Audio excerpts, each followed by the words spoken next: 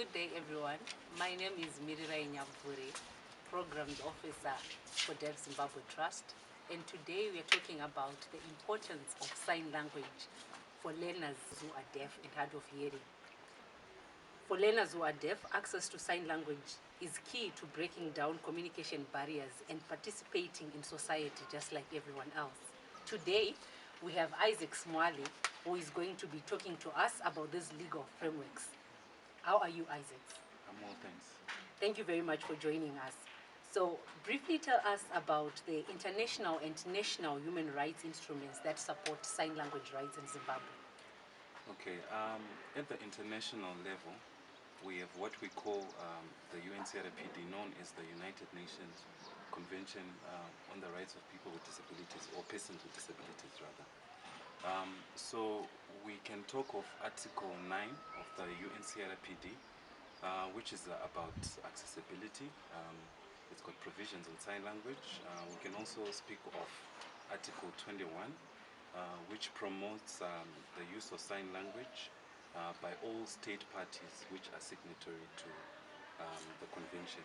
Zimbabwe ratified the convention in 2013, so we are guided by its provisions when it comes to sign language rights in Zimbabwe.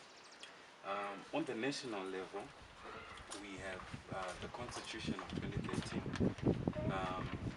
starting with Section 6, which provides that sign language is now an official, one of the official 16 languages in Zimbabwe. We also have the Education Amendment Act of 2020, which also promotes the use of sign language for learners who are deaf and hard of hearing. And recently we also have the National Disability Policy that came out in June, that was launched by the President in June, which also promotes the use of sign language throughout society. So yeah. All right. So what are the current gaps that exist in promoting sign language rights? All right, to start off with, one of the major problems when it comes to sign language in Zimbabwe is mainly implementation. We have the provisions, like I mentioned, from the Education Amendment Act. We have Constitution Section 6, which promotes the use of sign language by all state party or state actors rather. But on the practical level, it is not really being used. We can also talk of there is no sign language curriculum to be used at schools. There is no inclusive education policy yet. And how far has the sign language bill gone? The very short answer is no.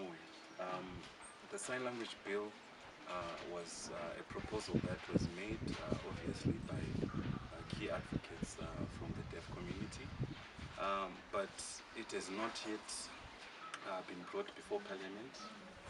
It has not yet been debated again before Parliament, and the talk around the sign language bill is issues of sign language should be incorporated into the proposed languages bill instead of having a standalone sign language bill or act.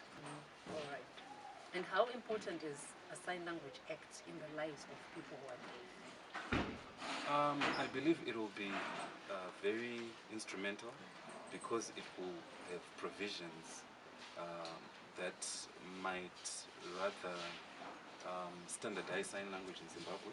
Moving forwards in the future, I believe it is an issue that needs to be discussed.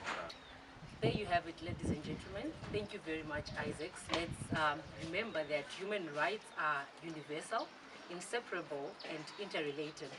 The right of deaf people to access schools hinges on their opportunity to use their own language. Thank you very much, and that's it from us.